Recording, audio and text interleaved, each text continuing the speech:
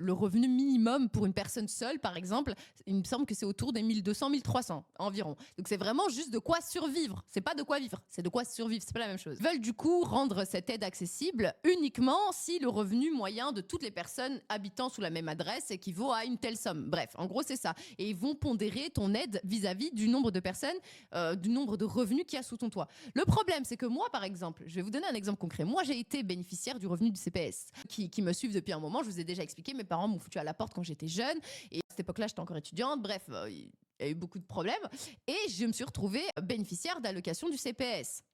Le problème là-dedans, en plus de mon CPS, étant donné que j'avais moins de 25 ans et que j'étais toujours étudiante, j'avais aussi le droit à mes allocations familiales que j'ai galéré à récupérer. Parce que le problème quand tu deviens SDF, c'est que tu n'as plus le droit à rien si tu n'as plus d'adresse. C'est vraiment un cercle vicieux. Genre, tu vas aller vers ta mutuelle va te dire ah oui, ben non, il te faut une adresse. Tu vas aller vers tel truc, ils vont te dire ah oui, mais non, il faut une adresse. Tu veux un travail, ah oui, mais non, il te faut une adresse. Ah, voilà, c'est un bordel sans nom et ta vie n'avance pas tant que tu n'as pas d'adresse. Sauf que pour avoir une adresse, il faut de l'argent. Sauf que pour avoir un travail, il faut une adresse. Bref, c'est le bordel, d'accord.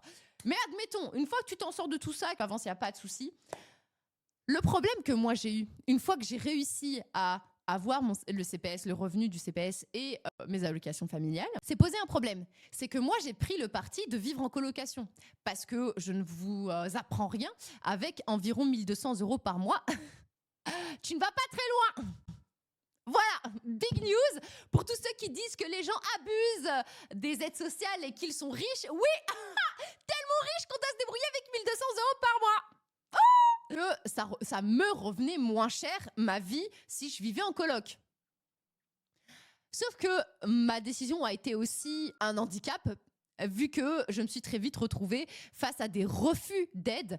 Des fois, j'avais le droit à certaines aides spécifiques. Des fois, par exemple, des aides au logement, parce que j'ai été SDF, donc il faut bien que mon premier logement, je le meuble. Hein. Sauf que la plupart de ces aides m'ont été refusées parce que je vivais en coloc. Et eux, ils partaient du principe que comme je vivais en coloc et qu'il y avait plusieurs revenus sous un même toit, ils n'étaient pas à l'abri qu'ils m'aident. Bah oui, c'est logique, c'est connu. Les colocs payent les loyers des autres.